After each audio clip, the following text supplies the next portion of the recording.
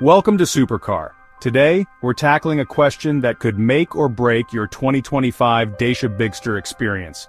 Should you go hybrid, or stick with petrol? The choice sounds simple, but the consequences are massive. If you're even thinking of buying a Bigster this year, this is the video you need to watch before making any decision.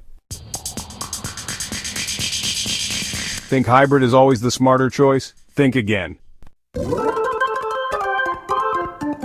Let's begin with the hybrid hype.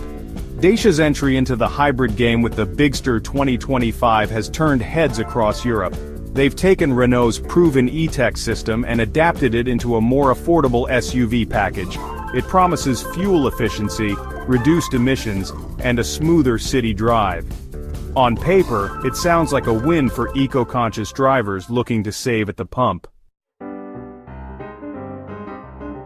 But here's what many early owners discovered the hard way: that smoothness comes with trade-offs. The hybrid system in the Bigster isn't a full plug-in or performance hybrid. It's a 1.6-liter engine paired with a small battery and an automatic clutchless gearbox. That means you often get jerky transitions between electric and petrol modes, especially at low speeds. And if you're expecting the silent EV-like glide, don't. Love city driving? You might hate this part. While the hybrid is designed to shine in stop-and-go traffic, many urban drivers report inconsistent throttle response and sluggish acceleration from a standstill.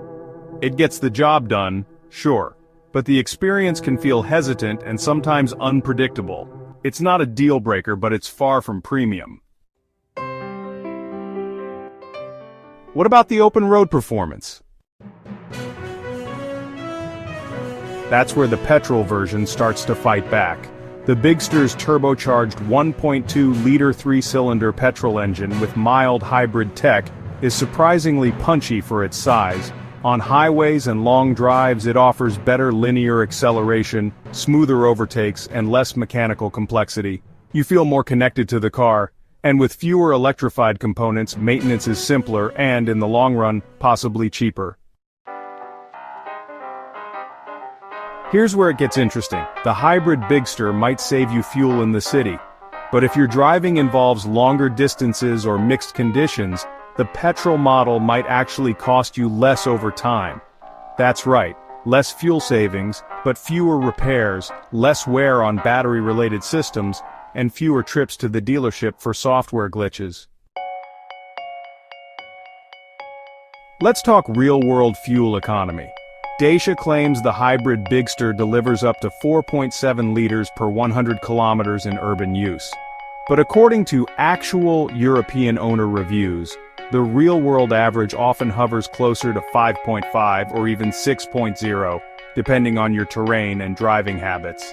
The petrol model, while officially rated at around 6.5, performs surprisingly close in mixed conditions, sometimes even better on highways, thanks to fewer weight and system complexities.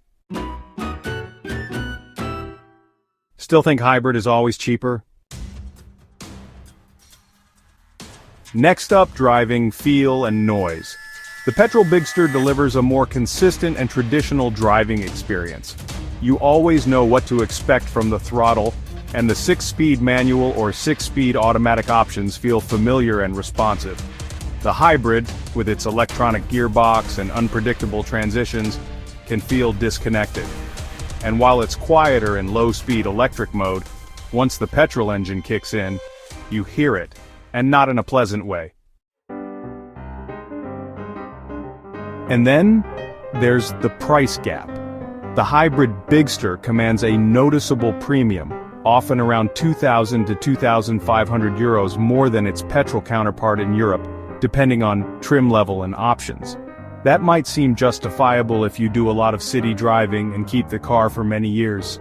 But for the average buyer doing moderate mileage, the savings might take a long time to materialize, if they do at all. So, what are owners actually saying? Many hybrid Bigster buyers love the idea, but not all love the experience. Feedback includes appreciation for lower emissions and tax benefits, but complaints about jerky shifts, Unpredictable battery behavior in cold weather and sluggish low-end torque are pretty common. Meanwhile, petrol owners tend to report a more engaging and worry-free drive. They might visit the fuel pump a little more often, but they're less likely to visit the garage.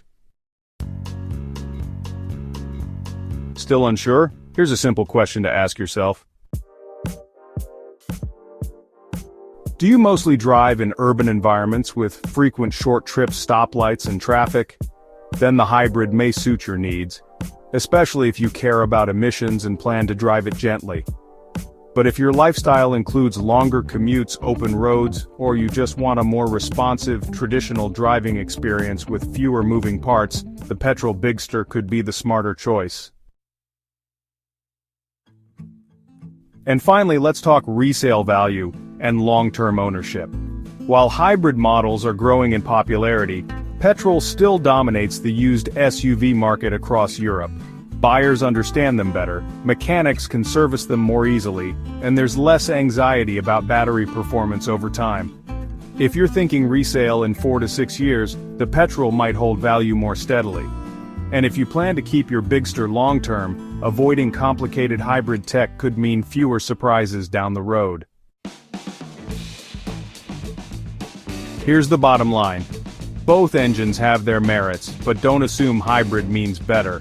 It depends on how you drive, where you drive, and what you value more: potential fuel savings, or a more straightforward and enjoyable ownership experience.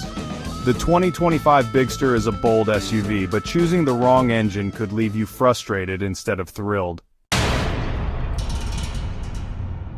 Thanks for watching Supercar. Make the right call now so you don't regret it later.